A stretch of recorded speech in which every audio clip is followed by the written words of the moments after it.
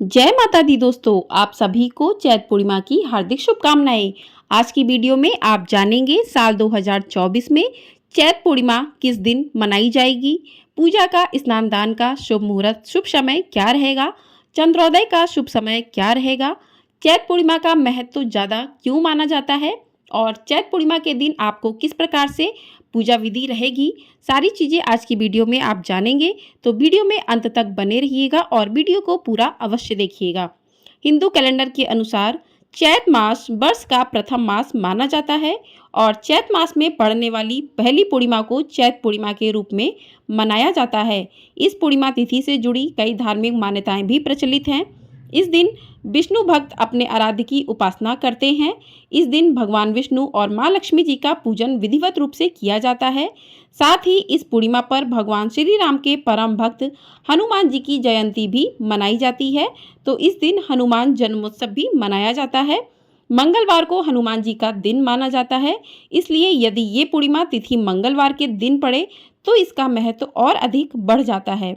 चैत पूर्णिमा के दिन ब्रज में भगवान श्री कृष्ण ने योग माया की सहायता से 1000 गोपियों संग महारास लीला रचाई थी। इस उपलक्ष्य में भी कई क्षेत्रों में यह पर्व मनाने की परंपरा है। कई जगहों पर इस पर्व को चैती पूनम के नाम से भी जाना जाता है। इस तिथि पर रात के समय चंद्रमा अपनी 16 कलाओं को पूर्ण करके अपने संपूर्ण रूप में आकाश में प्रकाशमान होता है। चैत पूर्णिमा का यह व्रत समस्त कष्टों का नाश करने वाला एवं अपने भक्तों को मनोवांछित फलों का प्रदाता माना गया है।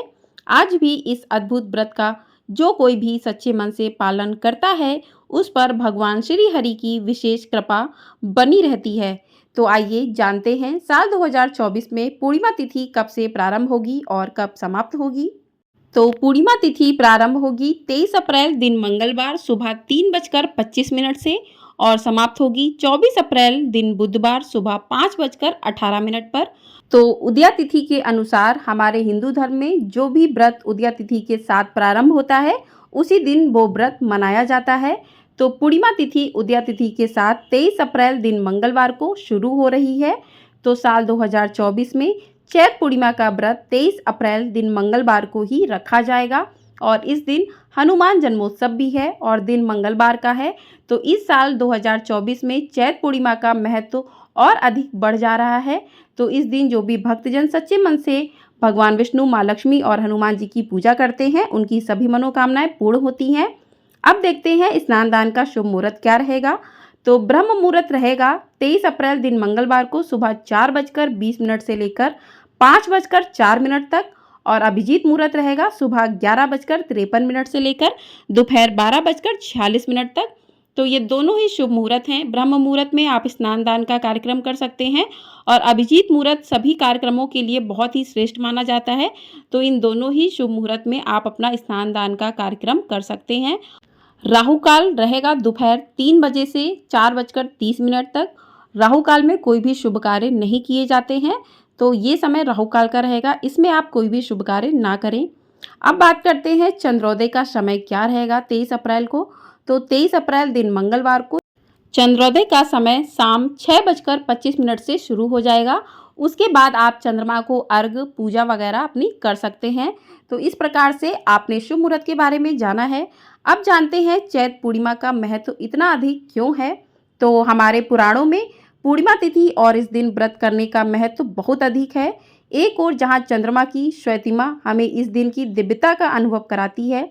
कहते हैं कि पूर्णिमा के दिन व्रत करने से मनुष्य के सभी पाप नष्ट होते हैं और उन्हें पुण्य फल की प्राप्ति होती है।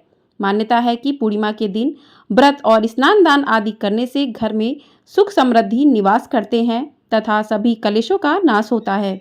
चैत पूर्णिमा पर किसी पवित्र नदी में स्नान करके भगवान विष्णु की पूजा करने एवं व्रत का संकल्प लेने का विशेष महत्व है।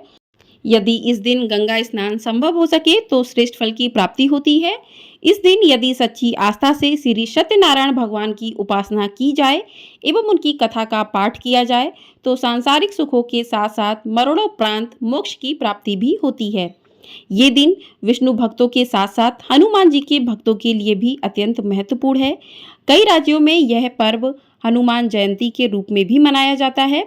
ऐसी मान्यता है कि इस दिन पवन पुत्र श्री हनुमान जी की उपासना करने से जीवन के समस्त कष्टों का निवारण होता है एवं दुख दरिद्रता भी समाप्त होती है। इस पर्व पर प्रातःकाल स्नान करके भगवान सूर्य को अर्घ्य दिया जाता है और रात्रि के समय चंद्रदेव की पूजा के पश्चात उन्हें अर्घ्य देने का विशेष महत्व होता है। ऐसी मान्यता है कि चंद्र अर्घ्य के बिना चैत्र पूर्णिमा का व्रत पूर्ण नहीं माना जाता है। चैत्र पूर्णिमा तिथि पर दान पुण्य का विशेष महत्व है। ऐसी मान्यता है कि यदि इस दिन घड़े में कच्चा अन्न डालकर किसी निर्धन व्यक्ति को दान किया जाए तो कभी भी धन धान्य की कमी नहीं होती है।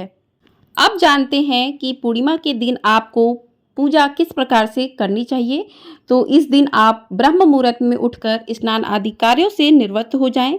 चैत्र पूर्णिमा के दिन वैसे तो किसी जलाशय या पवित्र नदी में स्नान करने का विशेष महत्व होता है, लेकिन अगर ऐसा संभव ना हो पाए तो आप घर में ही जल में गंगा जल मिलाकर स्नान कर लें। ब्रह्म मुहूर्त में ही सूर्य देव को अर्घ्य दें। इसके बाद तुलसी के पौधों की जड़ों में गाय का दूध अर्पित करें, दीप प्रज्वलित करें, धूप दीप दिखाएं, भोग लगाएं और आरती करें। इस दिन भोग में तुलसी जी को 30 या 31 पूड़ी और खीर अर्पित करना बेहद शुभ माना जाता है। अब बात करते हैं कि इस दिन आप भगवान विष्णु, माँ लक्ष्मी और सत्यनारायण की पूजा किस प्रकार से कर सकते हैं। तो चैत्र पूर्णिमा के दिन सत्यनारायण भगवान यानी विष्णु जी की पूजा का विशेष महत्व है। इसके लिए आप ईशान कोण यानी उत्तर पूर्व दिशा में एक चौकी स्थापित कर लें और चौकी पर पीला वस्त्र बिछाएं। इस चौकी के ऊपर केले के पत्तों का एक मंडप लगाएं। उसके बाद चौकी पर गंगा जल छिड़ककर उस स्थान को शुद्ध कर लें।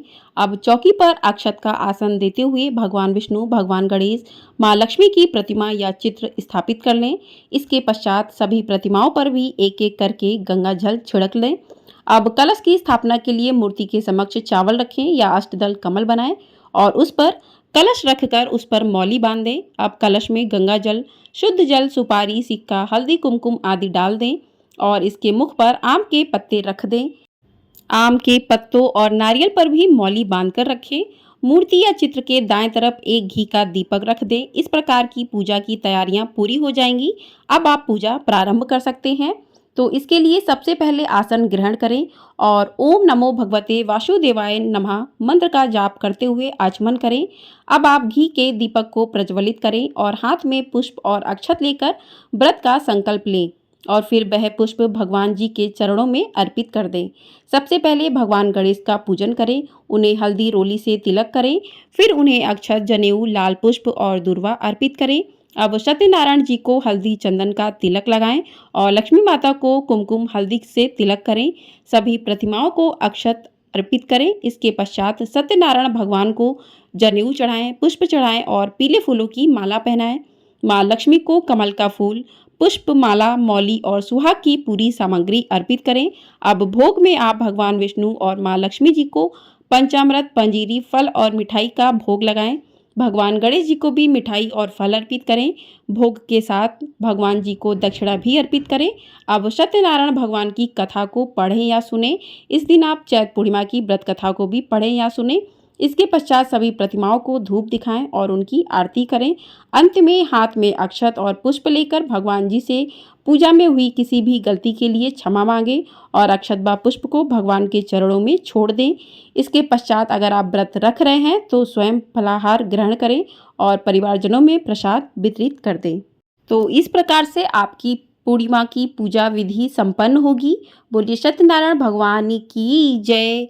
बोलिए भगवान श्री हरि विष्णु जी की जय। तो पूर्णिमा के दिन व्रत करने के साथ ही चंद्रमा और माता लक्ष्मी की पूजा अवश्य करें। इससे आपके घर में धन धान्य में कभी भी कमी नहीं होगी। यदि आपकी कुंडली में चंद्र दोष है तो पूर्णिमा के दिन व्रत करने एवं चंद्रमा की पूजा करने से आपकी कुंडली का चंद्र दोष दूर हो जाएगा। क्योंकि पूर्णिमा तिथि पर चंद्रमा मनुष्य को अधिक प्रभावित करता है, इसलिए इस दिन व्रत एवं चंद्रमा को जल अर्पित करने से आपको इसका विशेष लाभ प्राप्त होगा। तो इस प्रकार से आप पूर्णिमा की पूजा करें। यदि आप व्रत कर रहे हैं तो व्रत का संकल्प लेकर ही व्रत करें। भगवान सत्यनारायण का पूजन करें, भगवान विष्णु, माँ लक्ष्मी जी का पूजन करें और इस दिन हनुमान जी की भी पूजा करके उनकी कृपा, विशेष कृपा भी प्राप्त होती है क्योंकि इस दिन हनुमान जन्मोत्सव भी मनाया जाता है। तो इस प्रकार से आप पूजा अर्चना करें। भगवान से पूजा में हुई गलतियों के लिए क्षमा याचना करें। तो इस प्रकार से आपकी पूजा विधि पूरी तरीके से संपन्न होगी और भगवान आपकी सारी मनोकामनाओं को पूरा अवश्य करेंगे। और अंत में आप आरती ज़रूर सुने। तो आपको ये जानकारी पसंद आई हो तो चैनल को सब्सक्राइब, वीडियो को लाइक और शेयर ज़रूर कर दीजिएगा। आपको हमारे चैनल पर सत्यनारायण भगवान जी की कथा, आरती और चैत पूर्णिमा व्रत की कथा भी अवश्य सुनने को मिलेगी। तो चैनल को सब्सक्राइब करके ज़रूर रखिएगा। बोलिए श्री हरि विष्णु जी की जय। जय माँ लक्ष्मी।